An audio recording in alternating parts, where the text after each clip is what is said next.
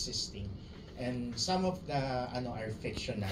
Ang very rewarding for me nung pagbabalik ko sa pagsusulat is nung sa MTRCB, although few people lang ang nakapanood, yung reviewer, nasa comfort room ako, kinakabahan kami ni Direk kasi sabi ko, wag natin itong isali pag R18 or R16 kasi may although hindi naman kami nag-expect until now.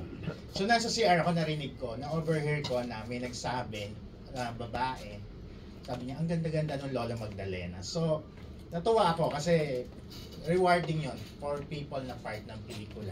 At nung nandun na kami, nung kinausap kami nila direct, wala nang deliberation or discussion. And they're saying good things about the film na very rewarding talaga para sa mga gumawa ng pelikula.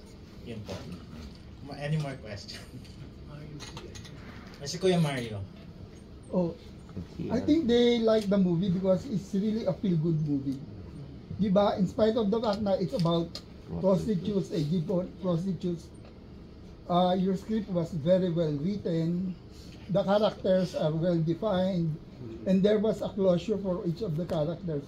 At ang ganda ng closure sa ending. So, in the end, talagang feel-good movie siya. Thank you, Kuya Mario. Thank you po. According to the